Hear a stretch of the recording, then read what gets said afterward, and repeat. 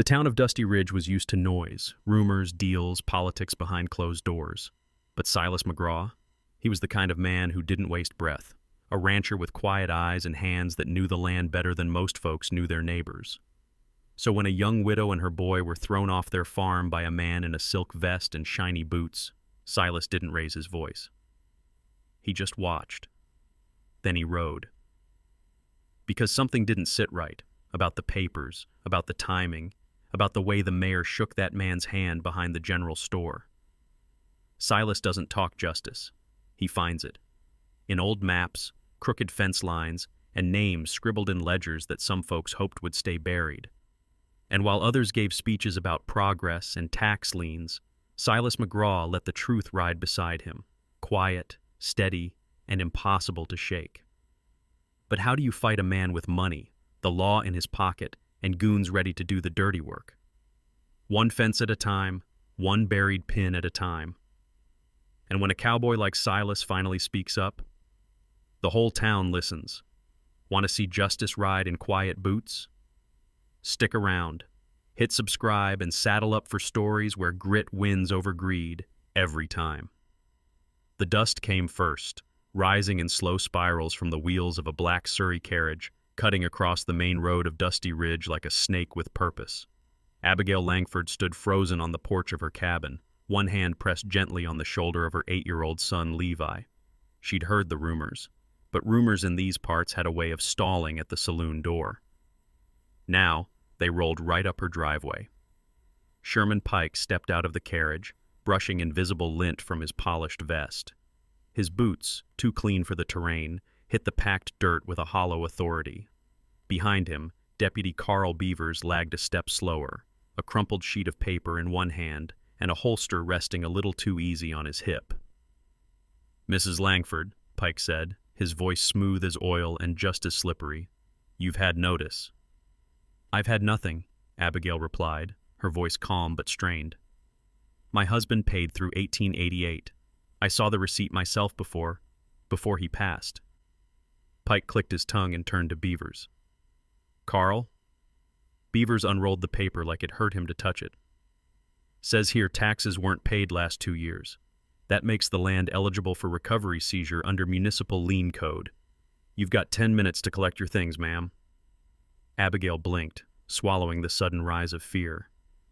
"There was no letter, no hearing. You can't just—" "It's legal," Pike cut in, smiling faintly. "Expedited process. Keeps the county solvent. Think of it as progress." Levi looked up at his mother, eyes wide and uncertain. She bent down, pressing her forehead to his. "Go get your boots, sweetheart," she whispered. "Mama's coming." Silas McGraw watched from the edge of his fence line, a length of barbed wire coiled at his feet and gloved hands still gripping a pair of pliers. He was a quiet man, always had been, spoke when needed, but never more. Folks in Dusty Ridge respected that, or feared it, or both. He didn't shout, didn't step in, but his gaze locked on Pike like a brand pressed to hide. 10 minutes later, Abigail and Levi sat on the back of a wagon, their few belongings bundled in a flour sack, their chickens left behind. Pike signed something, handed it to Beavers, then tipped his hat as if he'd done a good deed. Silas finished mending the wire before walking his horse to the barn. The sun dipped behind the ridge, casting the valley in long amber shadows. He found Abigail standing beside the hayloft ladder, her spine straight but her shoulders sagging like damp cotton. Levi curled up on a folded saddle blanket, asleep before the crickets began to sing. "You don't have to do this," she said without turning. Silas removed his hat and looked out toward the empty cabin down the ridge. "Ain't doing it for charity." She turned then, confused. "Then why?" He didn't answer, just motioned toward the loft. She nodded, the corners of her eyes shining. "I'll keep things neat. I'll help with chores." Silas gave the faintest nod. "You and the boy'll be safe here." That night, while the Langfords slept on the hay, Silas walked into town. The general store lantern still flickered, and the mayor leaned against the side wall, talking low with someone in a fine coat. Silas stayed in the shadows, his boots silent in the dirt. Pike handed the mayor an envelope, thick and folded tight. The mayor glanced around, then tucked it inside his jacket. Silas didn't speak, didn't confront. He just memorized the motion, the shape of the envelope, the way guilt sagged the mayor's shoulder, if only for a second. Back at the barn, he leaned against a post and stared into the dark. Abigail and Levi were inside. Pike had taken their house, but not their truth. Not yet. And not without a fight. The next morning, a hush hung over Dusty Ridge like a damp cloth on a sunburn, the kind of silence that pressed against windows and waited to be broken. Inside Silas McGraw's barn, the quiet was more personal. Abigail moved softly as she folded their few clothes into a flour sack again, her hands still trembling from the day before. Levi watched her from the hayloft's edge, his little legs dangling, dusty boots knocking softly against the wooden beam. Silas didn't say much as he saddled his mare, Junebug. He didn't need to. Abigail studied him for a moment and finally asked, "Where are you headed?" Silas adjusted the strap on his saddlebag, his voice steady. "County clerk's office." She blinked. "That's down in Whitley, 3 hours one way." "Roughly." He met her eyes. "Someone's counting on that distance to keep folks from asking." Abigail's brow furrowed, but she nodded. She understood. And so did Levi, who slid down the beam and stood beside his mother like a sapling guarding a tree. Silas rode out as the sun burned the mist from the ridgeline, hoofbeats steady against the cracked earth. The county clerk's office sat behind the Whitley Mercantile, its porch sagging at one end like an old man's shoulder. Inside, ledgers lined the walls, thick with years of ink and sweat. Silas stepped in, removing his hat out of respect, and approached the desk. "Morning," he said low. The clerk, Walter Denny, white-haired and half-blind, looked up from a register. "Silas McGraw. Haven't seen you in town since the election. Didn't come to vote. Need to see the Langford tax record. Parcel 3B, east of Pecan Creek." Denny adjusted his glasses, muttering as he shuffled through bound ledgers. After several minutes, he laid out 3 volumes, 1887, 1889, and a crisp copy labeled 1890. Silas flipped them open, scanning lines with a practiced eye. His finger tapped once, then again. "Where's 88? Denny paused. "Should be there. Wait, wasn't that the year Tom Booker quit?" Silas looked up. "The old assessor?" "Yep, retired early. Heard Pike leaned on the council to replace him with a fellow out of state. Name of Glenn Mormon. Real efficient with records." Silas's jaw tensed. "You have any record of the Langfords paying in 88? Denny scratched his cheek. "If it's not in the book, it's gone. But I remember, Tom always said Charles Langford paid ahead, 1 year extra after the boy was born. Wanted things squared if anything happened to him. Any proof of that?" Denny hesitated, then stood with a creak. "Hang on." He disappeared into the back room, leaving Silas alone with the ledgers. The silence was thick, broken only by the sound of flies tapping the windows. When Denny returned, he carried a thin, battered envelope. "Found this in the outbox we never cleaned. It's addressed to Langford, marked Return to Sender. Inside's a receipt stub, 1888, signed by Tom himself." Silas took the paper gently, eyes scanning the ink, the faded county seal. "Why didn't it get delivered?" "Address must have been wrong, or maybe Pike intercepted it." Denny's voice dropped. "Things started shifting around here once Pike took interest in real estate. Not all of it clean." Silas tucked the paper into his jacket.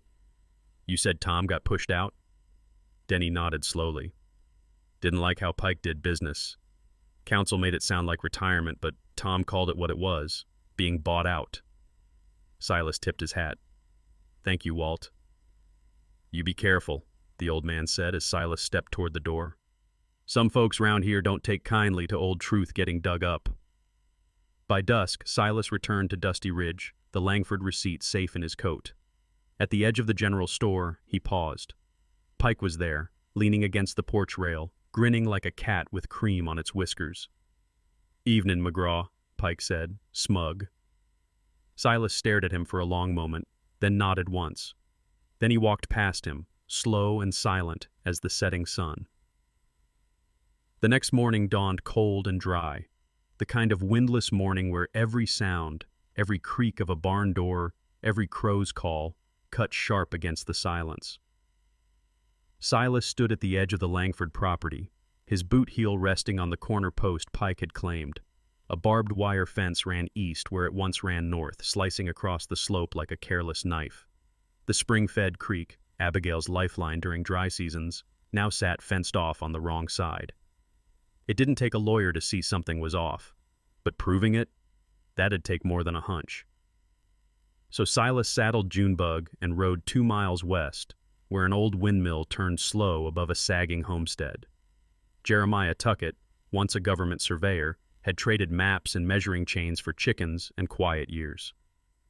The man emerged from his porch as Silas rode up, wiping his hands on a worn cloth. "Well, hell, Silas McGraw in the flesh. What troubles followed you this time?" Silas dismounted, calm as ever. "Need your eyes on a boundary line. 1 pike laid." Jeremiah raised a brow. "Sherman Pike? He's about as honest as a sidewinder at a baptism." Silas just gave a nod. Jeremiah sighed. "Let me get my gear." By mid-morning, they were hiking along the ridge that separated Langford's land from Pike's latest acquisition. Jeremiah set to work with his old brass compass, a chain reel, and the leather-bound field journal he hadn't touched since retirement. "I helped map this parcel in '85, he muttered, "back when folks still thought land came with decency." Silas knelt by the old fence post, eyes sweeping the base. Something shiny peeked through a patch of freshly disturbed dirt. "Here." He brushed aside a layer of dust and dry grass. 6 inches below, his fingers met cold iron.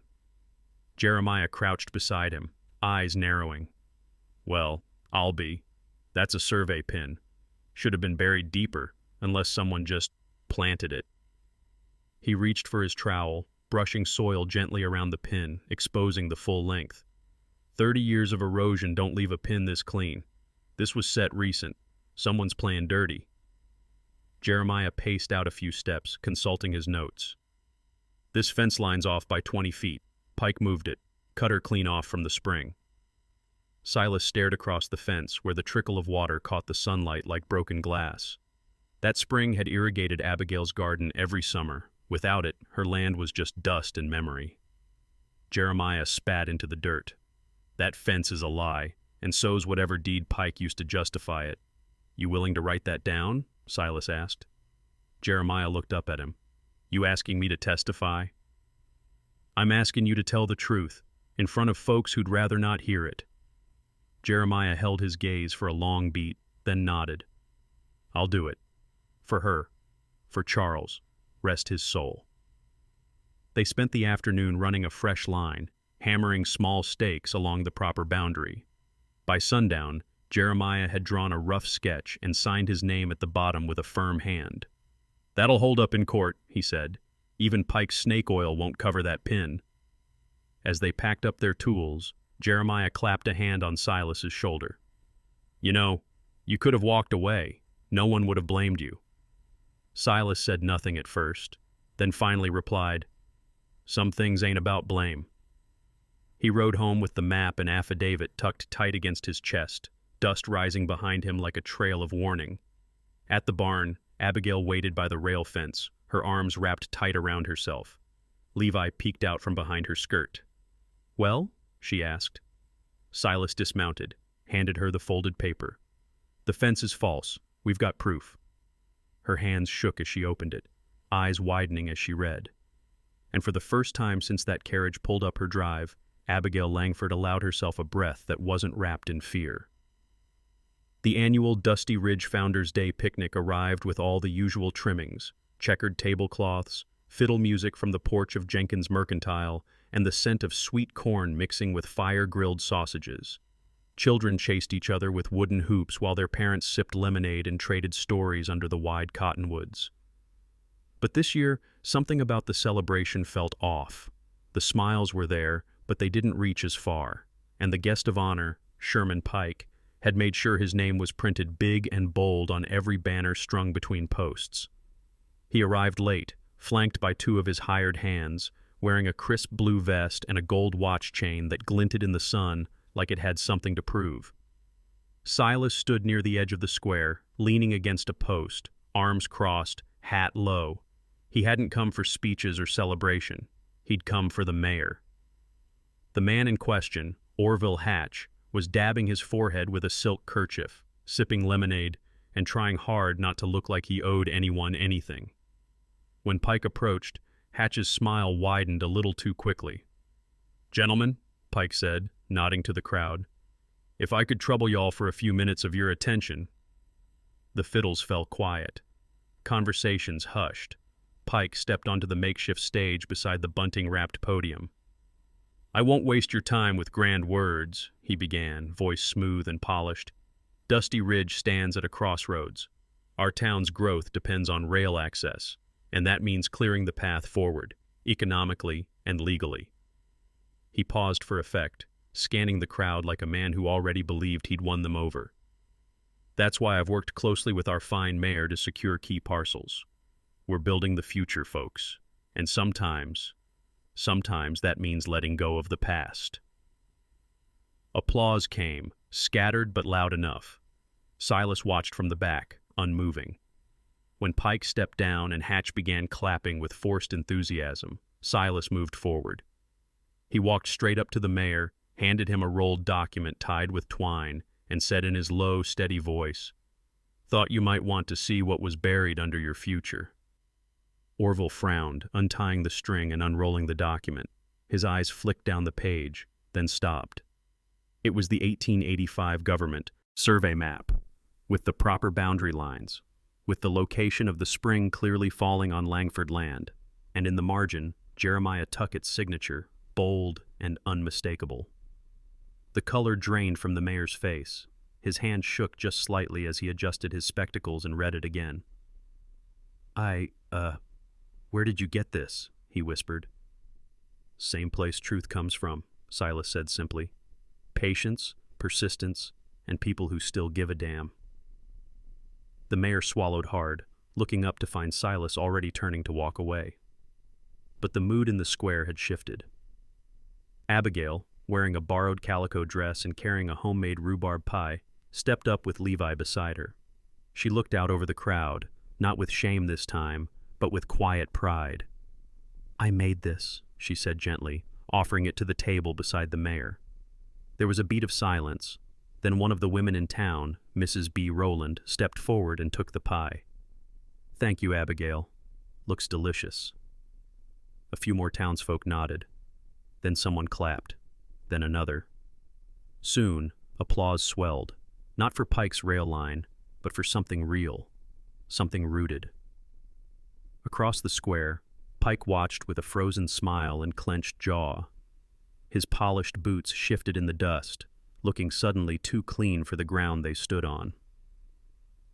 That night, as dusk painted the hills gold and lavender, Silas returned to the barn. Abigail was already there, hanging laundry behind the stalls. Levi lay nearby, sketching something with a stub of charcoal on barnwood. "Thank you," Abigail said, not turning, "for that map, for letting the truth breathe." Silas adjusted the brim of his hat. "Truth don't need my help, just needs room to stand." And it was starting to. The courthouse in Whitley wasn't much more than a brick box with dusty windows and a clerk who couldn't whistle in tune if his life depended on it. But what it lacked in grandeur, it made up for in paperwork. And on a Monday morning, Silas McGraw stood at the filing counter with the patience of a man who'd spent his life waiting for calves to be born and rain to fall. He held a leather folder under one arm. Inside were Jeremiah Tuckett's survey affidavit, the original 1885 map, and the misfiled 1888 tax receipt Walter Denny had unearthed. Together, they told a story clearer than any speech. Abigail Langford had been robbed, and Sherman Pike was the man behind it. "I'd like to petition for an emergency hearing," Silas said to the county clerk. The man, young, nervous, and clearly unprepared for McGraw's carved-from-oak presence, blinked. "That's unusual, but not illegal. You got a land dispute?" "Got a lie that needs daylight," Silas replied evenly. The petition was filed by noon. By supper, trouble had already come knocking. Silas had just finished his second round checking the north pasture when he spotted something wrong. A low patch of dust curled where it shouldn't. Fence boards, splintered like toothpicks, lay scattered. Two of his calves were limping, one bleeding from a gash on its flank. The water trough had been tipped, the pump handle snapped clean. He squatted beside the injured calf, murmuring something low as he checked the leg. The cut wasn't deep, but it was deliberate. Knife work, not accident. The wire had been clipped, not trampled. Back at the barn, Abigail stood with a lantern already in hand. She'd seen the smoke from the dust trail. Her jaw tightened as Silas approached. "How bad?" "Could be worse," he said, untying his gloves. But they meant it as a warning. She looked past him, eyes scanning the ridge like she expected Pike's men to come riding out from the trees. "You think he'll stop here?" Silas met her gaze. "No." She nodded once, then stepped toward the barn. "Then we fix it." Levi, hearing the commotion, came rushing from the loft in his stocking feet. "What happened?" "The fence got angry," Abigail said with a touch of dry humor. "It needs mending." "I can help," the boy said, chest puffed out. "I know how to hammer. Silas showed me." Silas glanced at him, then at the busted boards in the wagon. "You sure you're up for it?" Levi nodded, fierce in a way only 8-year-olds can be. That night, under a sky smeared with stars, Silas and Levi worked side by side while Abigail boiled water and tended the wounded calf. They didn't talk much, but they didn't need to. The rhythm of nails and hammer filled the silence, and each repaired rail was a kind of quiet defiance. Around midnight, Silas handed Levi a canteen and gestured toward the barn. "That'll do for tonight." The boy hesitated. "Did I do okay?" Silas gave a rare half smile. "You did right." Levi beamed and ran off, legs swinging with a tired sort of pride. As Silas gathered the tools, Abigail came to stand beside him, arms folded under the lantern light. "You know, I don't think Charles ever believed Levi would have a man like you teaching him how to work." Silas shook his head. "I ain't teaching him nothing he didn't already carry, just showing him where to use." She looked at him for a long moment, then said softly, "He looks up to you." Silas's gaze drifted back toward the barn. "He's got a reason to stand tall."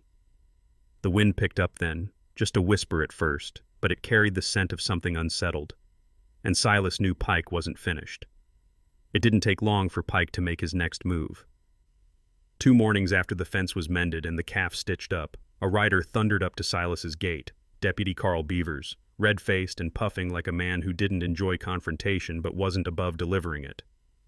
"McGraw," he called out, dismounting with unnecessary flair. "Sheriff's orders. You're under arrest." Abigail stepped from the barn, wiping her hands on her apron. Levi peeked from behind a hay bale.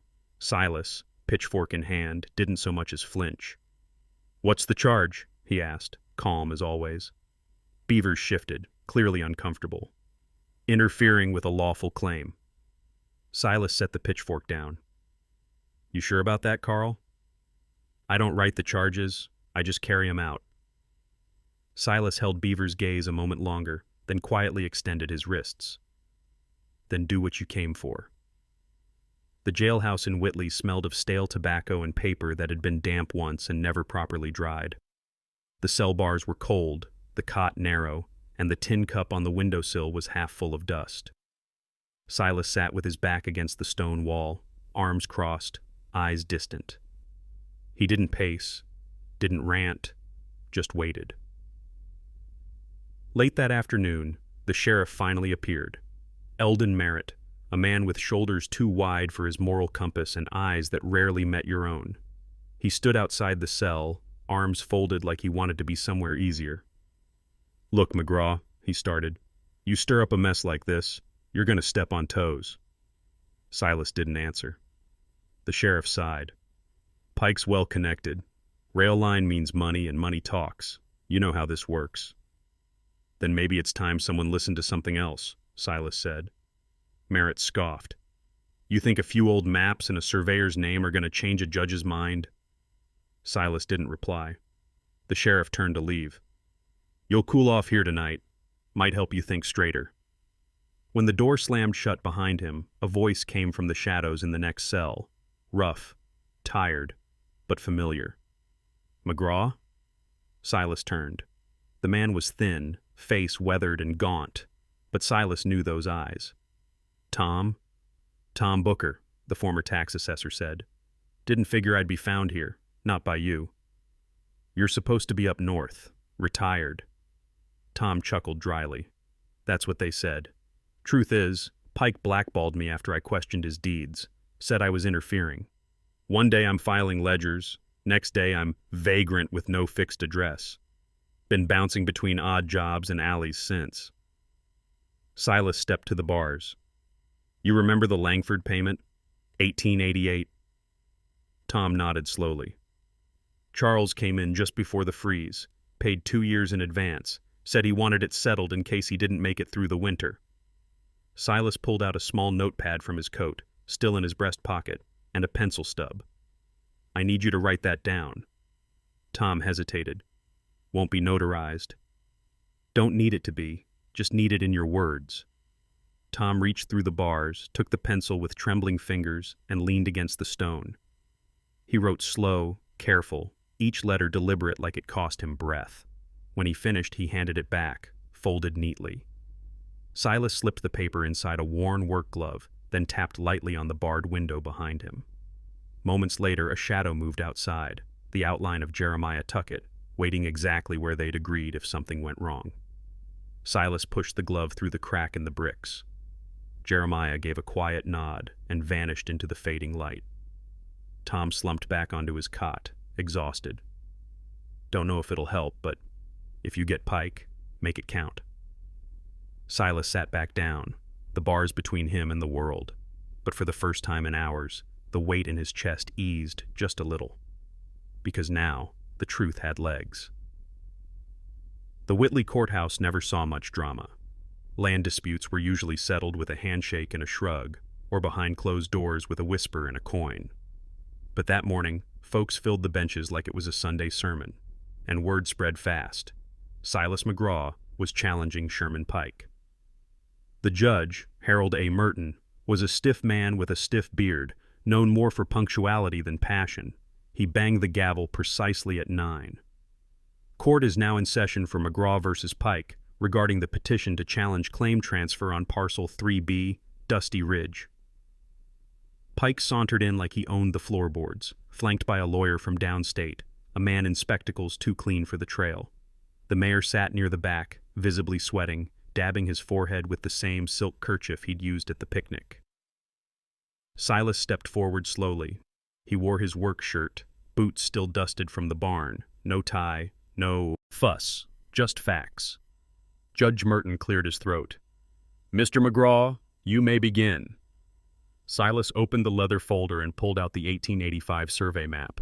Your Honor, this is the original government survey of Parcel 3B, filed and signed by Jeremiah Tuckett, government surveyor. It shows the spring, previously fenced by Mr. Pike, as squarely within Langford property. He passed the map to the clerk, who delivered it to the judge's bench. Merton studied it, brows furrowing. Silas continued.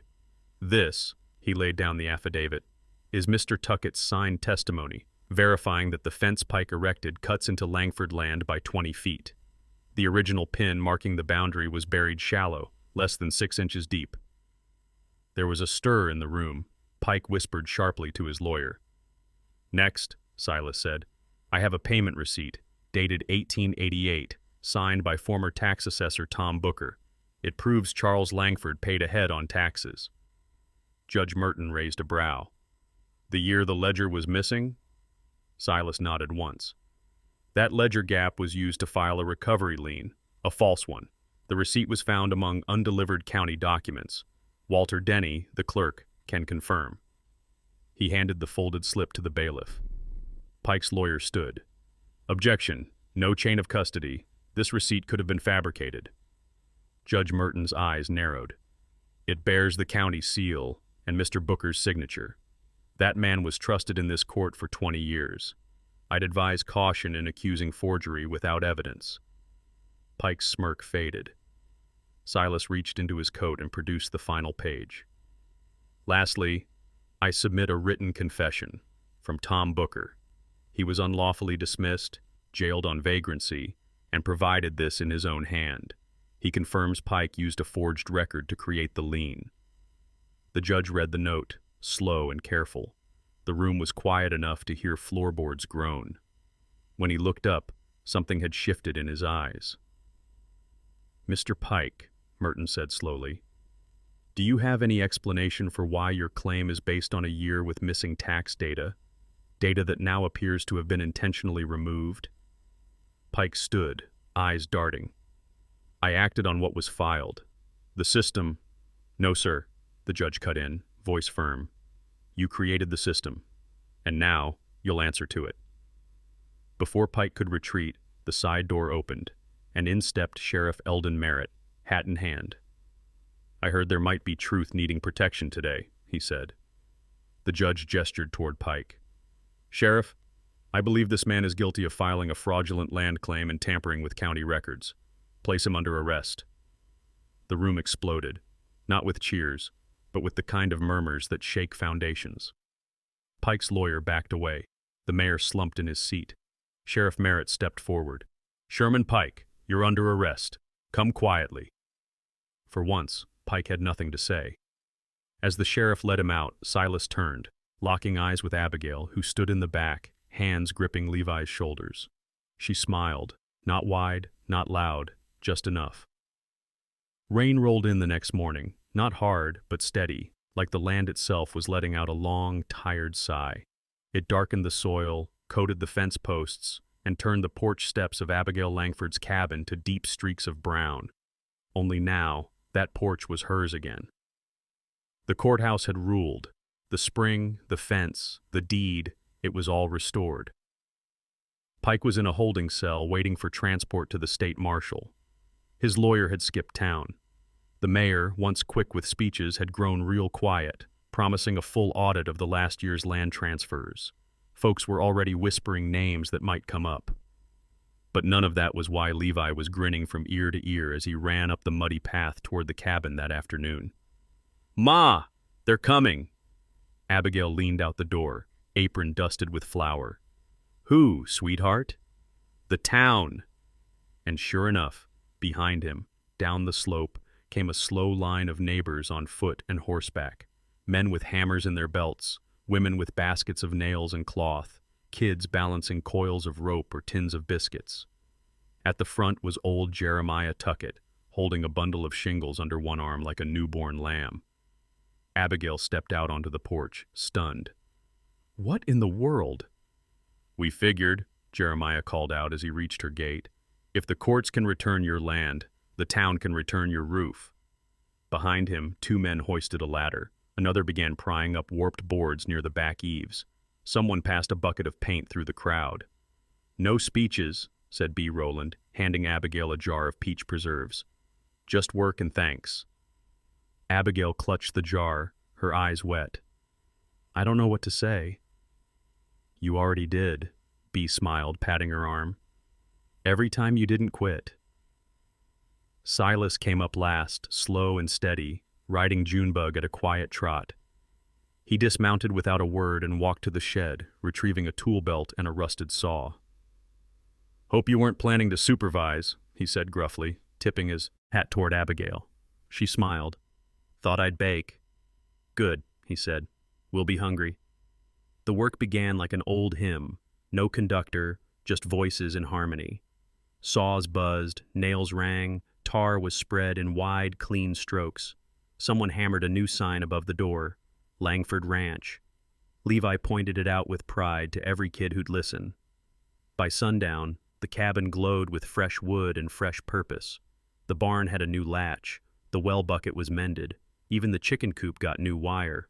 And in the yard, a fire crackled to life. Someone had brought sausages, someone else, cornbread. A fiddle played softly from a stump near the fire pit. Abigail moved through the crowd, ladling stew, laughing. The weight she'd carried for so long now rested on the shoulders of a community that had finally remembered its own backbone. She stopped beside Silas, who stood just beyond the fire's light, sipping coffee from a battered tin cup. "I never thanked you proper," she said, voice soft. "You don't need to," he replied. "I want to." He looked at her then, quiet and warm. I didn't do this for thanks. She nodded, brushing a strand of hair behind her ear. Still.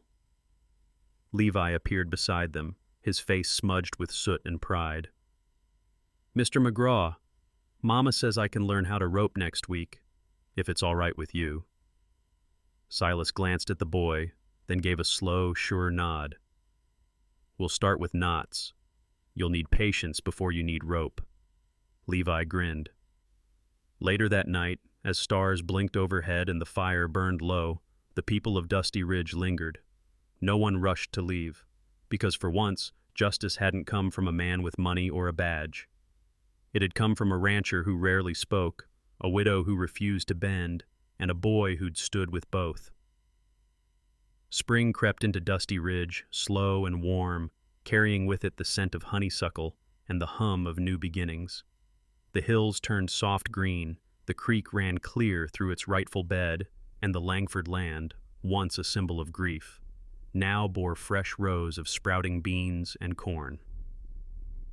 Abigail stood on her porch one morning, apron dusted with flour, her eyes drifting across the pasture. Levi was out there with Silas, both of them crouched low in the dirt beside a knot of tangled rope. Silas's broad hand moved steady over the line, showing the boy how to loop and pull without strain.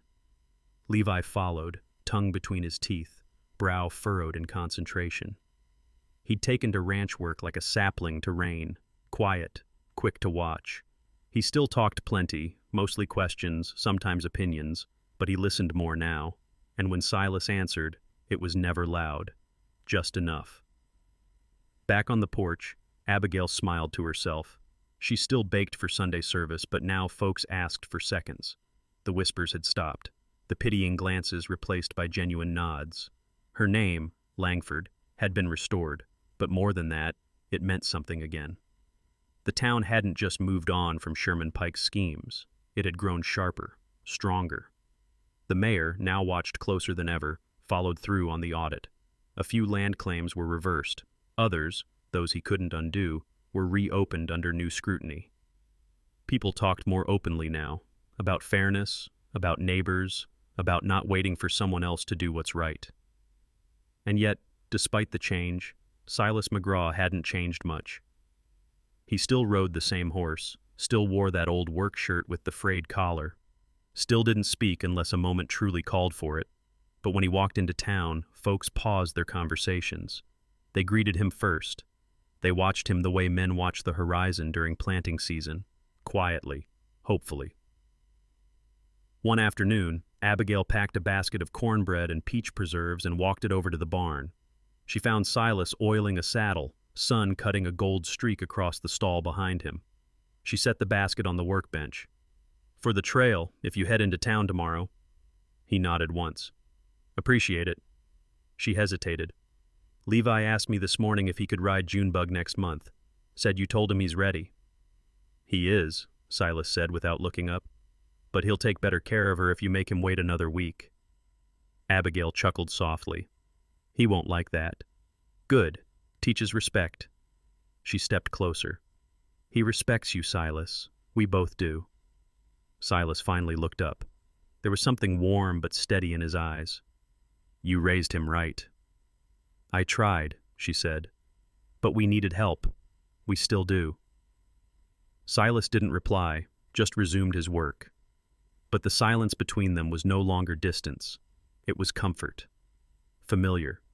Like the hush of dawn before the cattle stir.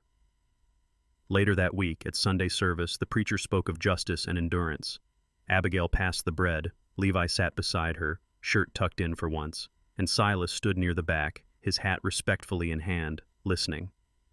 As the choir hummed a final hymn, someone leaned toward the preacher and whispered something. The preacher smiled and raised his hand.